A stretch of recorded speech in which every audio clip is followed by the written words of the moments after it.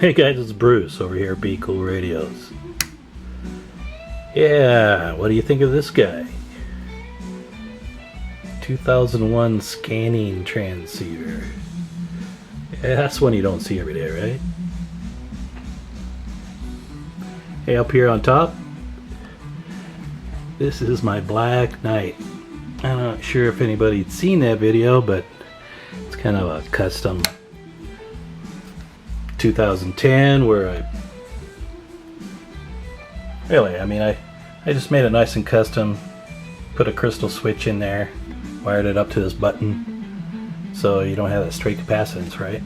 And just put a piece of dark plexiglass in place of that lens, changed out those lights and put some blue in there. It's a little hard to see in this light. It is dark blue. Here's that button I was talking about. Alright. Hey, so today we're back on the bench. And what do we got here? Let's get some light on this guy.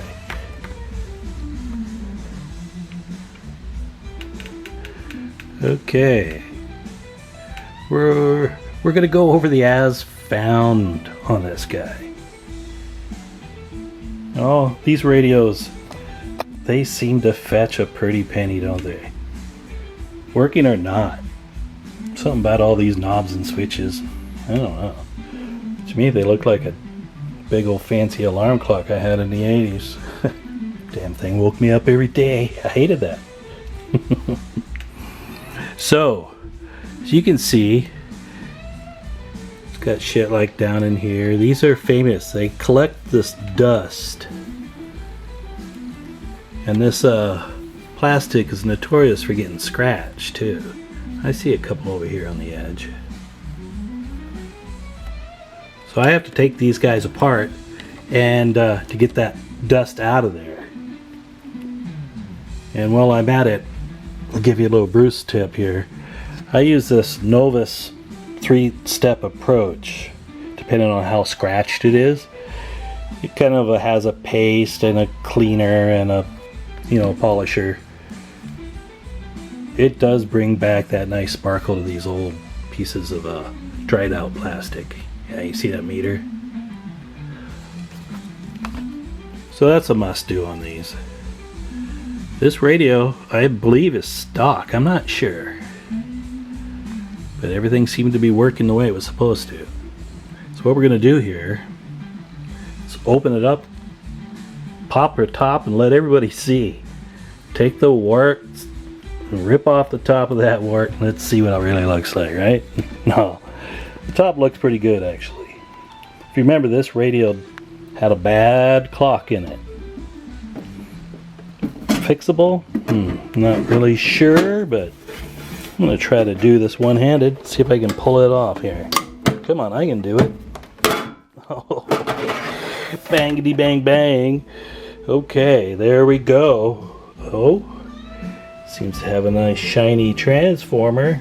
That's always a good clue when you first look at these. Next thing I like to do is look at these capacitors down here.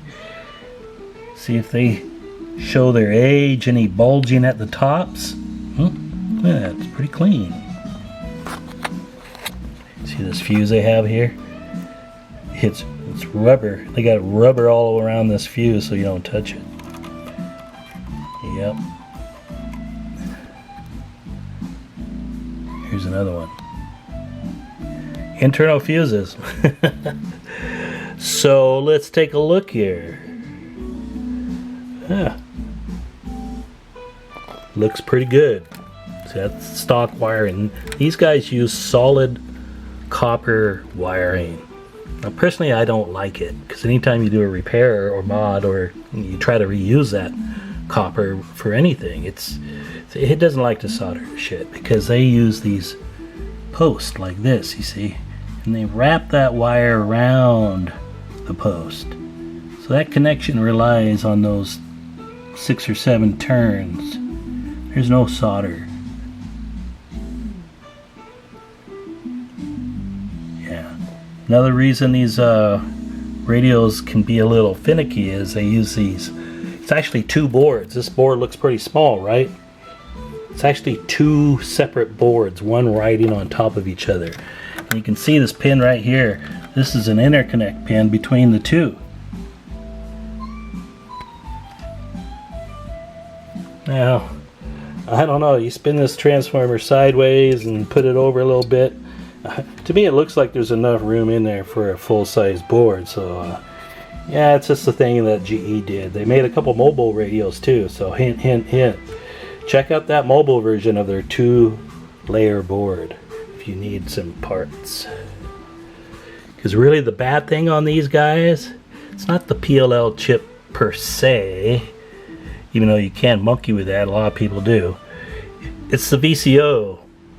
This one here, that might be the filter. It's probably on the bottom side. But anyway, that VCO goes bad. It's encapsulated. They potted it. There's a cap inside there, it goes bad. And yeah, I've seen people try to dig it out and fix it, but whoa. The other thing is, what I notice on these is the pots. And here's one here. See, it's black. Let's look at some over here. Dirty. Corroded. So I'm going to have to go through there and try to, you know, clean them up just like I would the front potentiometers. But you have to be careful because there's capacitors down here too. So you don't want any oily substance or anything like that getting on these capacitors because they're like picofarads. I see that the meter lights were replaced and over here too. So somebody liked this radio, but it doesn't, at least from the top here, it doesn't look like it was modded. A lot of people will take over one of these wires for the clarifier mod. So hey, that's a good indicator.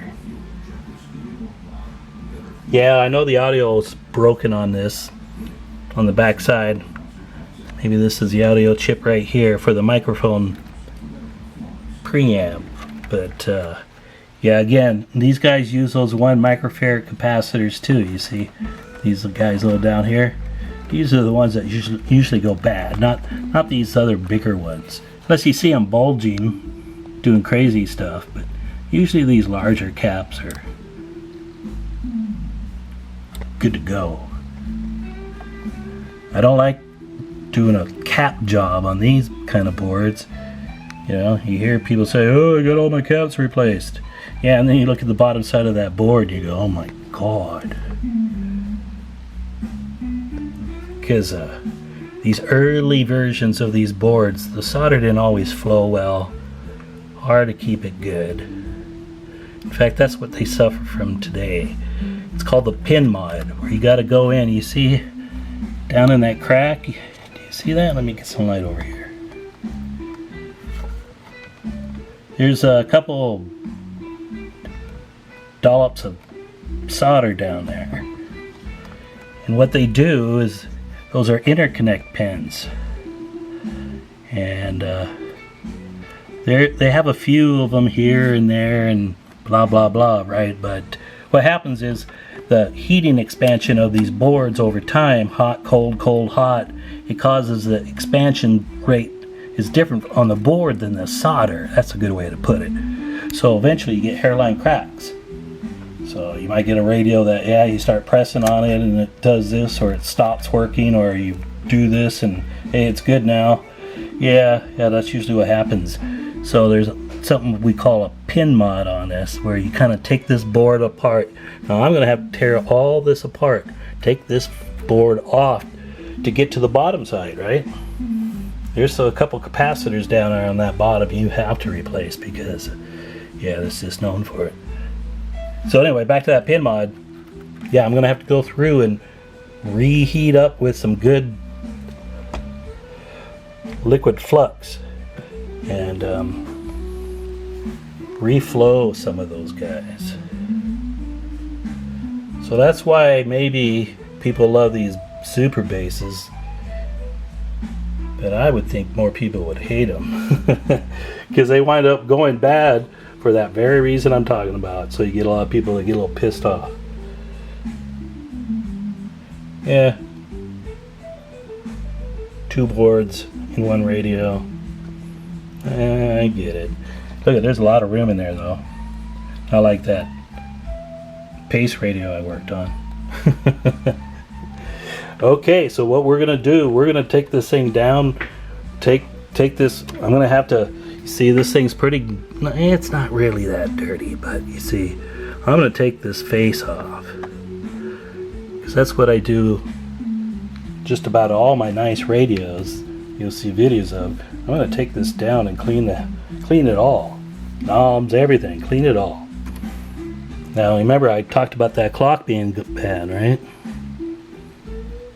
Okay, now look back here. You see a clock? No, I see some switches, and these switches kind of get plugged into the top buttons there. So yeah, behind there's a clock module that's super skinny. It's like just a little circuit board with a little flat chip built into it, so it's pretty trick if I remember right. So I don't think I'm going to find a replacement. So yeah, I had some people telling me, keep the clock in there, keep the clock in there. I need to know what time it is. I'd rather know what frequency I'm on, damn it. And with a broken clock, I'm sorry, I'm going to have to make this a frequency counter. Because, yeah, what do you do? Anyway, it's going to be, yeah, it's going to take some of that Bruce magic. Let's call it that, yeah, because there's just no room in there.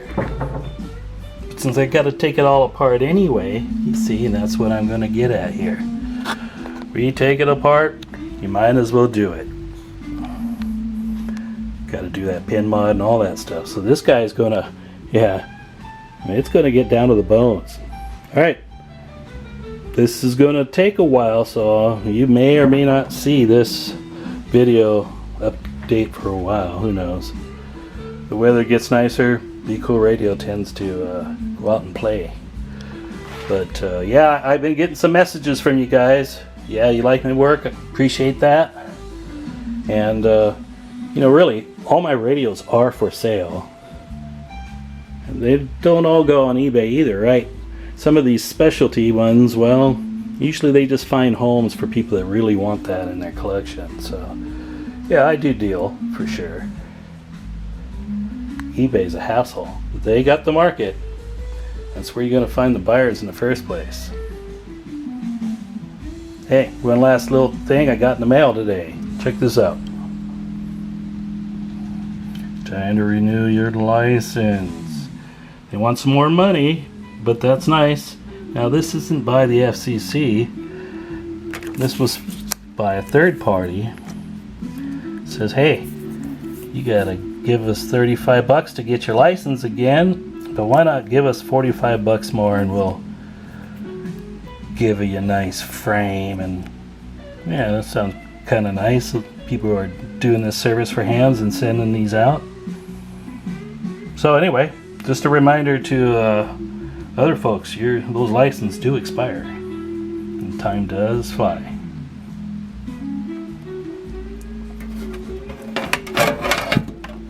All right, put that top back on, and we'll close out with a couple of buttes.